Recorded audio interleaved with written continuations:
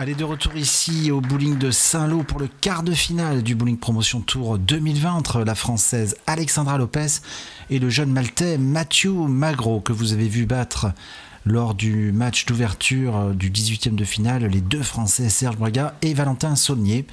Et donc Hélène, une Française, je pense que c'est votre favorite, c'est ce que j'en déduis.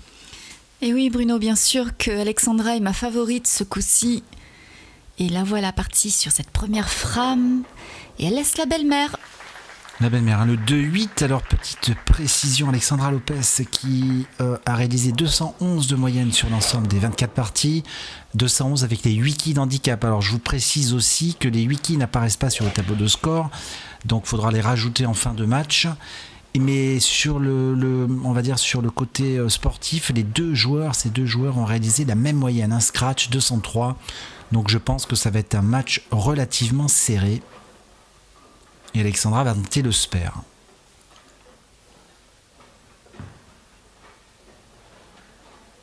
Et c'était juste, mais spare pour la Française.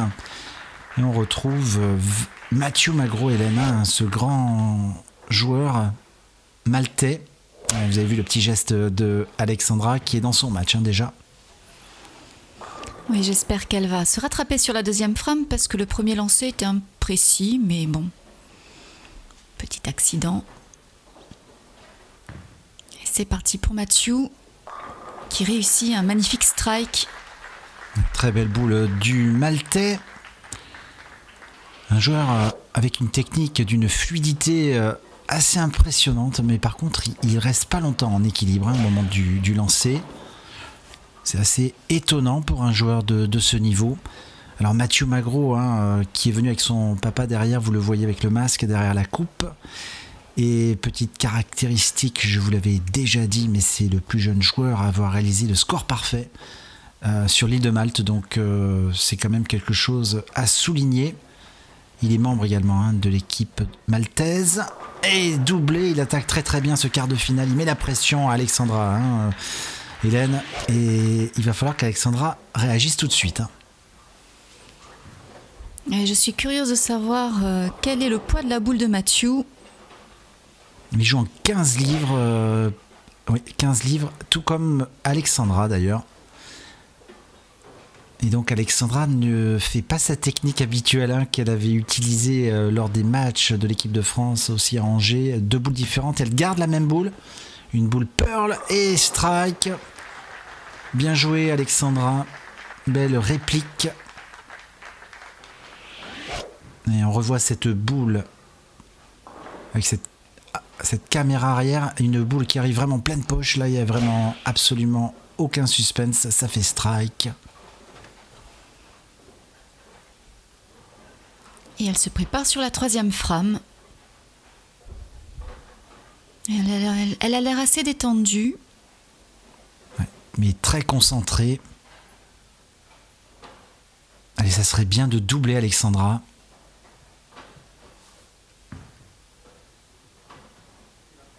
Ouais, dommage, elle nous laisse la quille 10 sur une boule qui arrivait pourtant avec un angle correct, mais cette quille 10 est restée sur son spot. On revoit l'approche d'Alexandra, une approche très très rythmée, un très bon timing et un très très bon équilibre également. Allez, normalement un spare qui devrait pas lui poser de problème.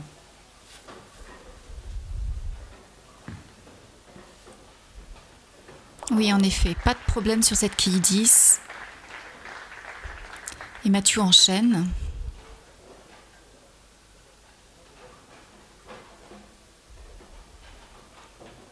Et oui, cette boule est facile à gérer entre les mains de ce grand joueur. Et si bien que c'est peut-être pour ça qu'il ne reste pas finalement en équilibre trop longtemps après avoir lancé sa boule. Allez, possibilité de tripler pour Mathieu. Et non, la qui 10 également, comme Alexandra. Les deux joueurs se suivent. Regardez, on la revoit cette boule, il est passé 15 ans au passage. Là, il y a peut-être un petit chouïa trop de vitesse, comme on dit. Il aurait mis une boule avec un petit peu moins de vitesse, il aurait enlevé la 10.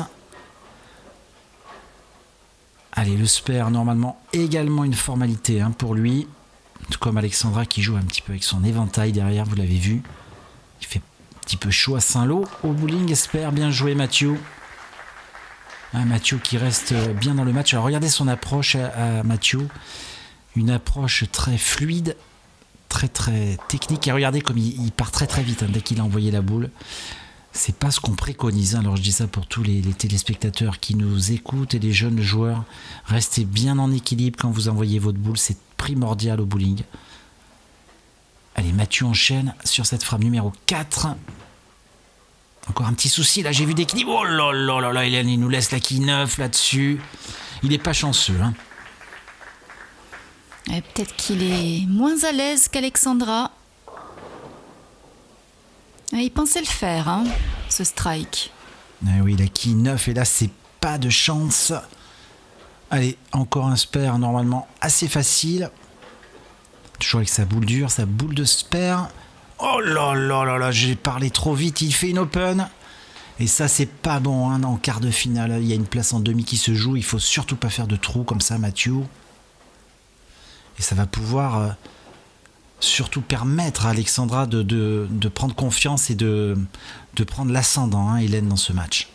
Et oui, ces petites imprécisions successives de Mathieu vont effectivement faciliter la tâche à Alexandra. Allez, c'est parti pour la Française. Et strike, et vous voyez comme quoi c'est un sport, on le dit souvent, très très mental, le bowling. Et Alexandra a su en profiter. Ça serait bien qu'elle le double tout de suite pour enfoncer un petit peu la tête sous l'eau à Mathieu Magro. On revoit ses réactions, vous avez vu comme elle en veut, Hélène. Ça c'est positif, c'est dynamique. C'est l'Alexandra qu'on a l'habitude de voir, avec sa niaque. On peut le dire, la niaque, Alexandra Lopez. Allez, frappe numéro 5, ça serait bien de doubler. Elle est très très concentrée, on le voit dans son regard, très déterminé. Et doublé, super strike encore de Alexandra. Elle est très très bien partie, Hélène. Alors ce qui est quand même incroyable, c'est que qui attend le vainqueur de ce match, c'est une autre féminine, Cynthia Frendo Duca, la joueuse maltaise, et en tête le leader de ce tournoi, c'est également une joueuse, Daria Payok. Allez Mathieu, c'est bien ce strike, ça va le relancer un peu. Ouais, il en a besoin, le jeune maltais. Là, il a mis une super boîte, comme on dit, une super boule. C'est bien. Il va falloir qu'il enchaîne, parce que là, il est en retard. Alors, 3 quilles, mais vous le savez, il y a 8 quilles d'handicap pour Alexandra. Donc, il est déjà à 11 quilles de déficit. Et en plus, Alexandra a un doublé. Donc, il y a plus que ça. Il y a quasiment 20 quilles déjà. Il va falloir qu'il réagisse. Et c'est déjà la 6e frame.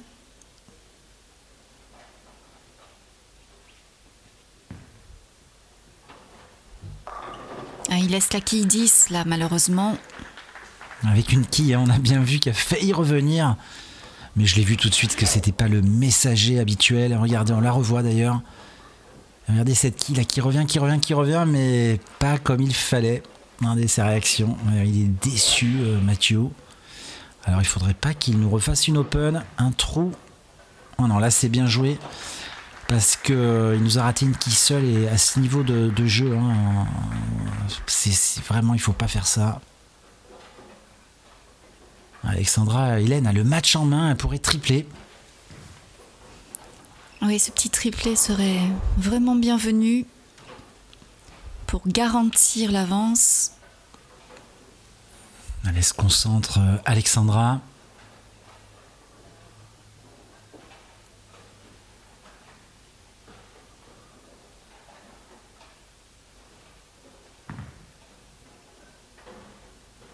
Oh, cette boule est arrivée très serrée, elle nous laisse un gros split.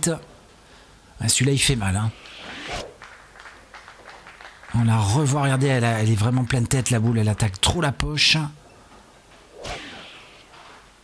4, 6 et 7, c'est pas facile.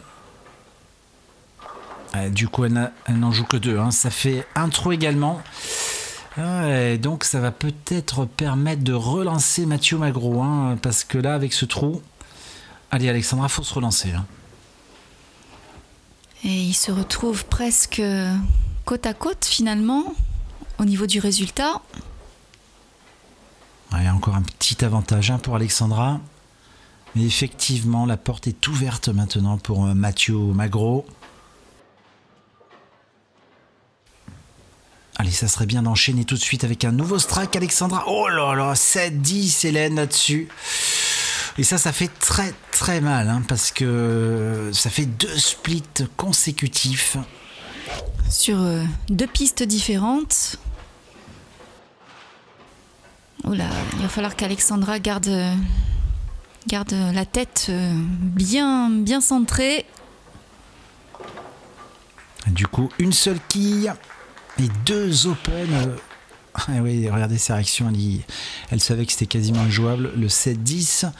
Mais alors là, regardez le score avec ces 2 splits. Et Mathieu est revenu, hein, avec un strike qui revient tout de suite dans le match. Comme quoi le bowling peut changer très très vite en quelques frames. Alors va-t-il striker? Et il le met en plus, Hélène, vous avez vu, il revient tout de suite au mental, hein, ce jeune Mathieu Magro. Oui, c'est incroyable le changement en très peu de temps de situation. On le dit souvent, hein, vous savez, dès que vous faites des trous au bowling à haut niveau, ça pardonne pas, hein, c'est strike ou spare en général. Et là, 2 splits consécutifs, et malgré que Mathieu ait raté une quille seule, eh ben, il revient dans le match et il est même devant, il a le leadership comme on dit, 127 à 124, parce que même avec les 8 quilles d'handicap, il est devant. Et Mathieu aurait la possibilité de doubler. Allez, c'est parti pour lui. Oh, bien décidément, Elana split. C'est un festival de split dans ce quart de finale. Alors lui, il a la belle-mère, le 2-8, plus la 10 là-bas. Ça va être quasiment injouable. Ça, c'est pas facile à faire. Allez, ça vaut le coup quand même de tenter. Bon, il prend les 2 quilles de gauche, il laisse la plus difficile à atteindre. Et je vais regarder le score, mais ça fait un trou, donc là, le match est à nouveau ouvert. Alors oui, 145-124, Alexandra va jouer la frame 8 et 9. Ouais, elle est revenue. C'est vraiment un match très serré. D'ailleurs, je vous le disais en début de rencontre, hein, les 2 joueurs ont fait la même moyenne scratch sur 4 bowling différents, sur 24 lignes. Et donc, ils ont à peu près le même niveau, hein, sur ce tour. Ouais, bien Alexandra strike, elle repart en strike. Ça, c'est bien. Oui, ils n'ont pas les mêmes qualités de jeu. Mais c'est intéressant justement de pouvoir comparer les 2 styles, les approches et la manière de lancer la boule. Alexandra, possibilité de doubler. Et là, on est dans le money time de ce match. Vous le savez, frame 9 et 10. Là, il faut du mental. Mais Alexandra, on la connaît, hein, sur ce plan-là. Il n'y a pas de souci. Alors, va-t-elle doubler ?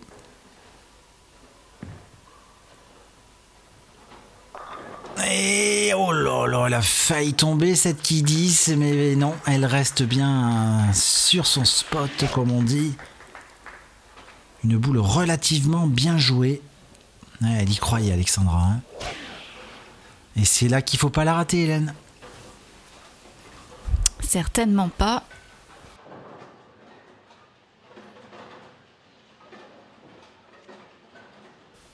Une très bonne approche. Et c'est parfait. Elle a assuré. Il le fallait, hein, ça c'est bien. Alors Mathieu Magro, sa mission c'est assez simple, faut pas qu'il se pose trop de questions. Mathieu, il faut déjà commencer par réaliser au moins un premier strike sur cette frappe numéro 9.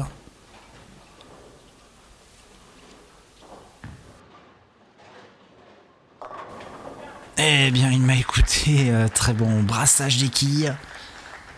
Il a fait une partie du chemin, mais c'est là que ça se joue le match sur cette frappe numéro 10. Elle arrivait mi-poche, hein, la boule, mais bon brassage des quilles. Bon mix. Donc Mathieu Magro à fond. Il nous fait 205 avec encore 3 strikes. Alors il a fait tout à l'heure un split, alors va-t-il avoir un petit doute? Est-ce qu'il va changer quelque chose dans sa ligne de jeu ou dans sa vitesse? On va voir ça tout de suite. Allez, c'est parti. Ah, il était mieux joué la boule dommage, hein. Il laisse la quille 10 encore. Ça fait pas ses affaires ça, Hélène. Et en tout cas, il faut pas qu'il la rate, sinon il a perdu le match. Et de toute façon, il a déjà perdu l'opportunité de gagner quoi qu'il arrive, parce que il aurait fallu un strike. Ça aurait été mieux, mais c'est pas encore fini, Hélène. C'est pas encore fini.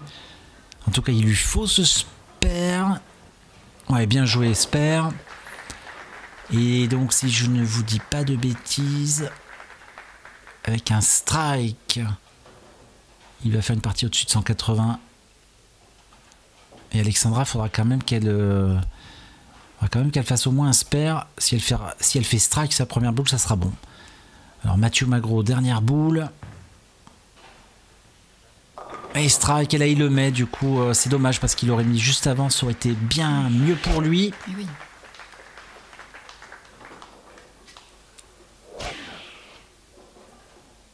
Et oui, regardez le score, 185. Donc Alexandra a 8 quilles, je vous le rappelle. Donc d'après mes comptes, si elle fait strike sur la première boule, c'est bon. Parce que il lui faudra que quelques quilles par la suite. Même un spare pourrait suffire. Allez Alexandra. Et elle le met, bravo. Bravo Alexandra Lopez. Ah, c'est notre championne sur cette partie. Et on est bien content de savoir que nous allons la retrouver sur le prochain match entièrement féminin. Et ouais, de retrouver aussi une Française, hein, parce qu'après, en tête, c'est la Polonaise Daria Pajot. En demi-finale, c'est la Maltaise Cynthia Frendo-Duca. Et donc, il va nous rester en lice Alexandra Lopez.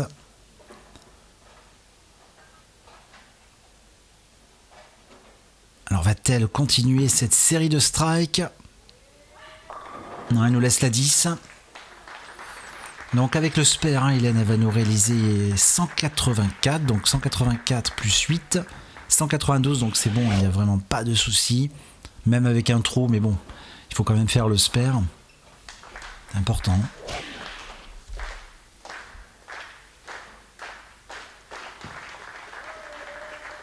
Et spare donc 184, mais 192 avec handicap, on vous dit à très très vite pour la suite face à Cynthia Frendo-Duca.